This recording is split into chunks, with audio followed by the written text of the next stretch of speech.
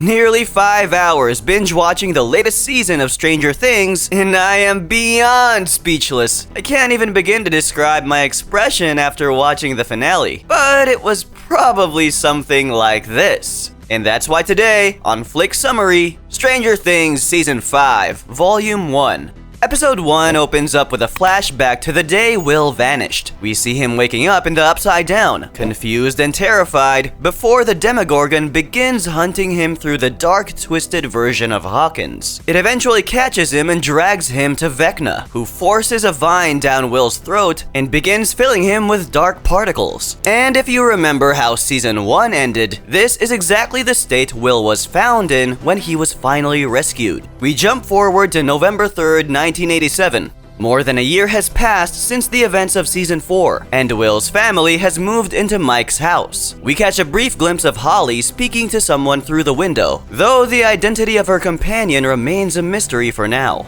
The group sits down for breakfast before heading off to school, tuning into a new radio show called The Morning Squawk, hosted by Robin with Steve's help. Most of Hawkins has emptied out, with only a handful of residents choosing to stay behind while the town recovers. Meanwhile, the military has established a base in Hawkins, keeping a vigilant eye on the Upside Down. Now at the school, we see Dustin wearing a Hellfire Club t-shirt as a tribute to Eddie, but he gets stopped by the same annoying jocks who tormented the group the year before. They try to intimidate him, expecting an easy target, but Dustin is surprisingly quick to respond like a total badass. Yeah, well, you also told me to stop screwing your mom, and that didn't stop me, did it?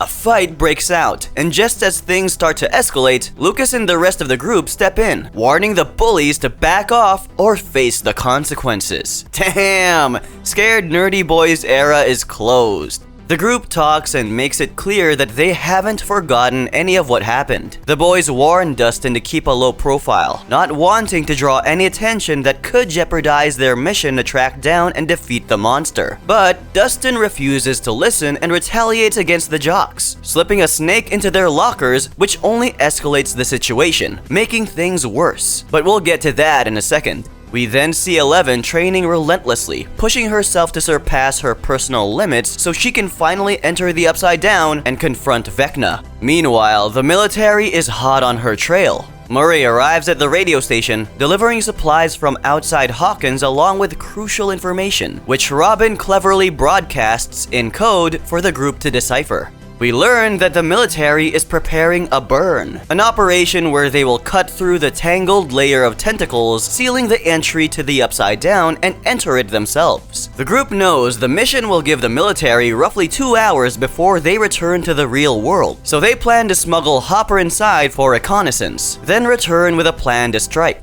For everything to succeed, teamwork is essential, and one critical part of the operation is a van equipped with an antenna to track Hopper's signal, ensuring he isn't lost on the other side. Meanwhile, Will, Dustin, Mike, and Lucas are in the woods. Will suddenly experiences a strange vision. The sky spins and kids laugh. Curiously, this is exactly what Holly experiences as she spins wildly on a playground spinner. Later, when recess ends, the teacher notices Holly breaking away from the group to speak to someone she calls Mr. W, an imaginary friend who claims he is there to protect her from the monsters that are coming. Concerned, the teacher reports this to Holly's parents, who begin to worry that something might be wrong with their daughter. We are then introduced to Dr. K, and I don't have much information on her yet, but I can tell you this much. She wants 11. She commands the military personnel, and she's scary. Meanwhile, Lucas talks to Max, who remains in a coma, recounting everything that is happening in hopes she can somehow hear him, though there are no signs of improvement.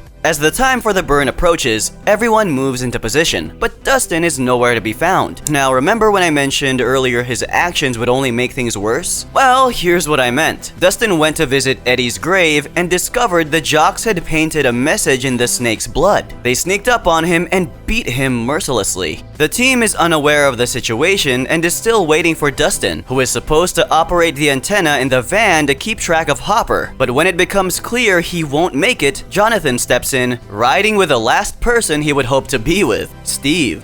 Hopper successfully enters the Upside Down and manages to communicate with the team, but Will begins sensing something strange and suddenly faints. The convoys are ambushed by Demodogs, and they kill almost everyone. But Hopper is one of the very few to survive the massacre. Will finally snaps out of it and realizes he's still linked to the hive mind from Season 3, able to sense and even see what Vecna and the Demogorgon perceive. He warns the group the Demogorgon is coming for Holly, and while in her room, the ceiling is torn apart and the creature bursts in, ready to claim her. Holly tries to escape, running toward her mother for help. Nancy and Eleven rush to the house to save her, but they arrive too late. Holly is gone and both her parents lie injured on the brink of death. Eleven notices a gate to the Upside Down beginning to close and crosses it before it shuts completely, determined to find Holly. The military arrives at the house and begins doubting Nancy, who told them she was alone when she found her parents. They review nearby security footage and confirm Eleven was there as well. So now they organize a mission to track her down. I guess they don't really care about Holly being taken, huh? Inside the Upside Down, Eleven reunites with Hopper and explains the situation. Now together, they set out to find Holly. Back at the hospital, Lucas visits Max and plays her favorite song, pleading for her to wake up and telling her that the group needs her. The EKG machine registers unusual fluctuations, but nothing definitive happens. Dustin finally tracks down Steve and Jonathan, who are busy charging the van's batteries in the middle of the road. Steve isn't exactly thrilled to see him, understanding that Dustin's earlier defiance of the bullies got him beaten up instead of keeping a low profile. Frustrated, they agree to not speak to each other for the rest of the night. Meanwhile, Will and Robin head into the woods where he had his vision, hoping something else will come to mind. As they walk, Robin asks Will if he saw her with a girl at the hospital the day before, and explains that if he did, she'd prefer he keep it to himself, as the rest wouldn't understand. And let's remember, we're still in the 80s, so Robin's fear of societal rejection feels completely justified. Will assures her he didn't see anything, but then admits he actually did and asks how she knew there was a vibe between them. Robin tells him there are always signals. And listen, this moment seems like a minor detail, but it will prove crucial as the story unfolds. Shortly after, they go to Holly's school where Will theorizes that because he's still connected to the hive mind, he can see not only what Vecna and the Demogorgon see, but also what their victims see. Through this connection, he witnesses Holly at school and soon uncovers something shocking. But we'll get to that in just a bit. Back at the hospital, Nancy finally received news from the doctors. Their mother is delicate, but she survived, and their father remains in a coma. They aren't allowed to see any of them until they stabilize. The siblings try to figure out why Vecna took Holly and remember her imaginary friend who had promised to protect her from the monsters. So they disguise themselves as nurse and patient and blend in with the hospital staff to sneak in and see their mother. There, they wake her up and have her write down everything she knows about Holly's imaginary friend. When Nancy asks if Holly ever mentioned Mr. W's name, they are stunned to learn it is Henry. Back in the Upside Down, Hopper and Eleven run into a wall covering the entire perimeter, preventing anyone from moving past it. They attempt to break through, but their efforts are pointless. Soon, they notice military personnel approaching, and before they can hide, the soldiers activate a strange device that emits waves strong enough to disable Eleven from using her powers. The military is unaware of their presence, but that changes quickly when they hear Eleven screaming in agonizing pain from nearby the wall. Hopper fires at the soldiers and destroys the antennas, suppressing Eleven's powers, which allows the pair to defeat everyone and take one of the soldiers with them for interrogation. We finally see Holly living inside a fantasy, deceived by Henry, who presents himself as her savior, keeping her in his childhood home and telling her that soon, more kids will join her cause he's on a mission to save them all. We learn the next kid he plans to abduct is Derek, an annoying live-action Cartman we start off hating but end up liking. Henry leaves and warns Holly not to go into the woods because monsters live there. Will meets with his friends and tells them Derek is Vecna's next target. He sensed it when he was at Holly's school. So they come up with a plan to prevent Derek from being kidnapped and also put a tracker in the Demogorgon at the same time. They agree on sending a Trojan horse into Derek's house to put the entire family to sleep and move them somewhere else, preventing the Demogorgon from seeing through Derek's eyes. The plan is to lure the creature into the booby-trapped house, shoot it with a tracker, and wait for it to return to the Upside Down hoping it will lead them to where Vecna is keeping Holly. To make this happen, they reach out to Erica, who was friends with Derek's sister, and ask her to enter the house and sedate the family by giving them cake laced with sleeping pills. Erica is glad to help and accomplishes the goal. While all of this is happening, Holly hears someone knocking at the door, and when she goes out to check, no one is around. She looks in the mailbox and finds a map with a note from Henry telling her to meet him somewhere in the woods. And though it seems odd, cause he had warned her not to go where the monsters live, she decides to investigate. She follows the map to a cave, where she hears movement and starts running away from the place. But she trips, grabs a spear lying on the ground, and goes into hiding. But then comes the big reveal. The figure chasing her was no monster. It was Max. Max brings Holly into the cave and tells her the truth about Henry, also revealing that she was on the verge of waking up from her coma when she heard Lucas play her favorite song, which is why the EKG monitor fluctuated earlier. But just as she was about to break out of Vecna's world, the song ended and the portal closed. Vecna then chased her, but when Max reached the cave, she noticed he refused to follow, realizing there was something about that place causing him pain, and understanding it was the only site where she could be safe. Now fully aware of what Henry really is, Holly asks Max what they should do to stop him. Max tells her she must go back home and pretend she never left. Henry can't find out she was gone if they want any chance of escaping his world. Back in the Upside Down, Hopper tries to interrogate the captured soldier but gets nowhere. So, Eleven enters his mind and extracts the information they need. They discover the military has established a base inside the Upside Down, and they're holding something, or someone, extremely powerful within their facility, using the same technology they used to suppress Eleven's powers. Eleven thinks it's Vecna, but the theory doesn't make sense. If the military was containing the monster, he wouldn't have been able to send the Demogorgon to abduct Holly. But unwilling to take any chances, Hopper and Eleven plan on going in and killing Vecna if he really is there. We return to Derek's house, now fully booby-trapped, where the group waits for the Demogorgon to appear. Half the team has moved Derek and his family to a nearby barn to watch over them, while the others stay behind, ready to home alone the Demogorgon the moment it arrives. The monster finally crosses into their world and walks straight into their traps, gets hurt, and runs away with a tracker on, just as they had planned. Steve and the others follow the signal, only to realize the Demogorgon is heading not back to the Upside Down, but to the barn where Derek and his family are hiding. Mr. Annoying woke up earlier than expected, and now the Demogorgon knows his location. Derek panics and tries to escape, but Joyce attempts to calm him down and explain what's really happening. The little shit won't listen to reason until he sees the Demogorgon and finally understands Joyce wasn't lying and a monster was coming to take him. Joyce doesn't let that happen and channels her full Mama Bear fury on the beast, getting it to back off enough for Steve to run over it and force it to flee back into the Upside Down. The group in the car sees the portal opened and they seize the opportunity to follow through and chase the Demogorgon. Still with the tracker on, back to Holly. And though everything seems to be going according to plan, they lose the signal when the Demogorgon crosses the wall surrounding Parallel Hawkins. However, Will is still connected to the hive mind and gets a glimpse of what lies inside, learning Vecna has already abducted 3 more kids and needs to take another 8. Meanwhile, the military begins rounding up kids from Hawkins and transporting them to their base just outside the Upside Down, claiming they're taking them there for protection. But in reality, the children are being used as bait to lure the Demogorgon out so the military can eliminate it. Little do they know, they don't stand a chance. Mike and Lucas witness this, and the group comes up with a plan to send Derek to rescue the kids who are under Henry's influence and keep them safe before Vecna can reach them. But we'll get to that in a minute.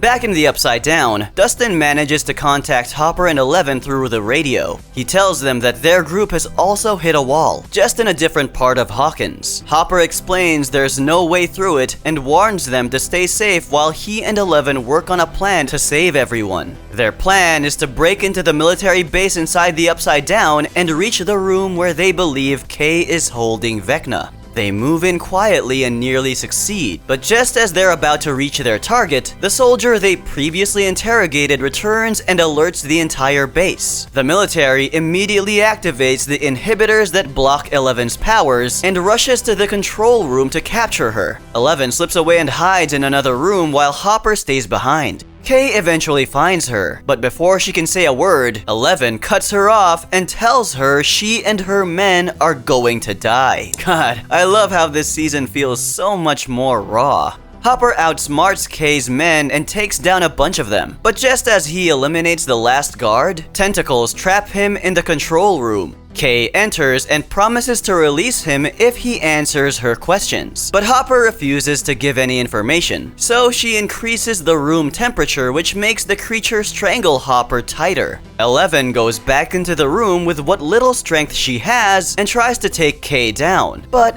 fails. Meanwhile, Hopper manages to break free and subdues the bitch, grabbing her access card to the room where they supposedly hold Vecna. He tells Eleven to leave so she can regain her powers while he stays behind, rigged with explosives in case things go sideways. Hopper goes into the room, but Eleven refuses to leave and waits for him to catch up. After a few tense minutes, the inhibitors are shut off and Hopper comes back out, unharmed, and finds Eleven still there. Then taking her to see who the military was actually holding. And, OMG, I nearly shat my pants when I saw Callie. Now for those of you who don't remember Callie, let me take you on a quick trip down memory lane. Callie first appeared in season 2 of the show. She grew up in the lab with Eleven and was held by Dr. Brenner until she managed to escape, and then began hunting those who tortured her. She left at the end of that season, and for years, we assumed her story was just a side plot. But now, it's clear something huge is coming.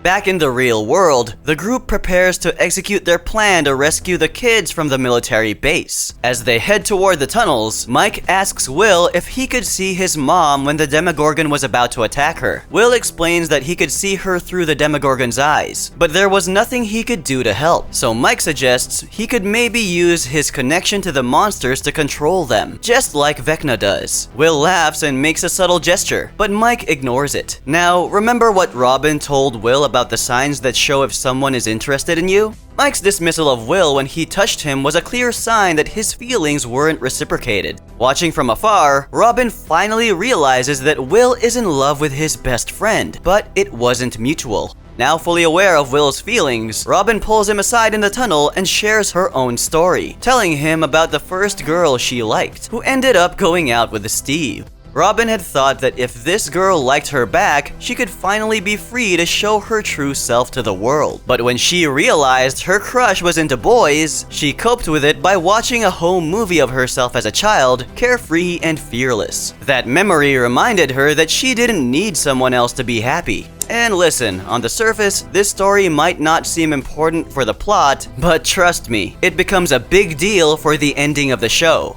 Derek goes to the military base where he is admitted and then is escorted to a room where all the kids were being held. He begins preaching about how Mr. W is going to save them all, subtly identifying the kids who have been in contact with Henry. Surprisingly, the little twat pulls it off and convinces the kids to trust him, lying to them and claiming he was sent to help them escape so they can reunite with Mr. W. Meanwhile, the group reaches the section of the tunnel beneath the kids' bathroom. They start making a hole to rescue the children one by one, but they accidentally hit a water pipe, flooding the bathroom and sending their plan to shit. Before they can get everyone out, the military discovers them and the group is captured. They're taken outside for questioning, but Will suddenly faints again. And this is when the most marvelous piece of cinematic art begins. The Demogorgon tears a hole in the ground and bursts into the real world, attacking the soldiers who don't stand a chance. More Demogorgons follow, and it's only when someone uses fire against them that they manage to briefly hold them back. But then Vecna crosses the umbral into the human world, fully transformed, and slaughters the few soldiers still standing.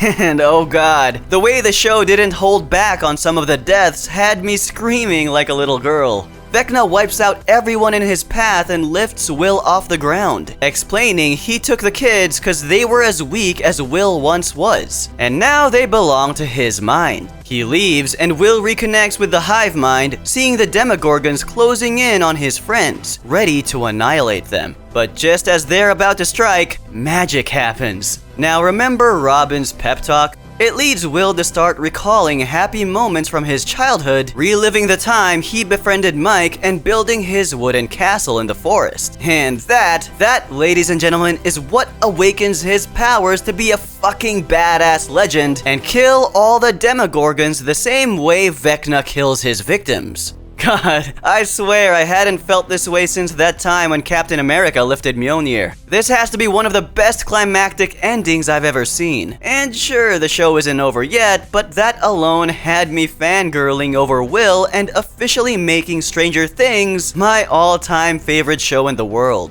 The end. Now tell me, how did you react to Season 5's ending? Were you also screaming like a maniac? Also, if you want more breakdowns like this, subscribe so you don't miss the next volume when it drops. See you next time.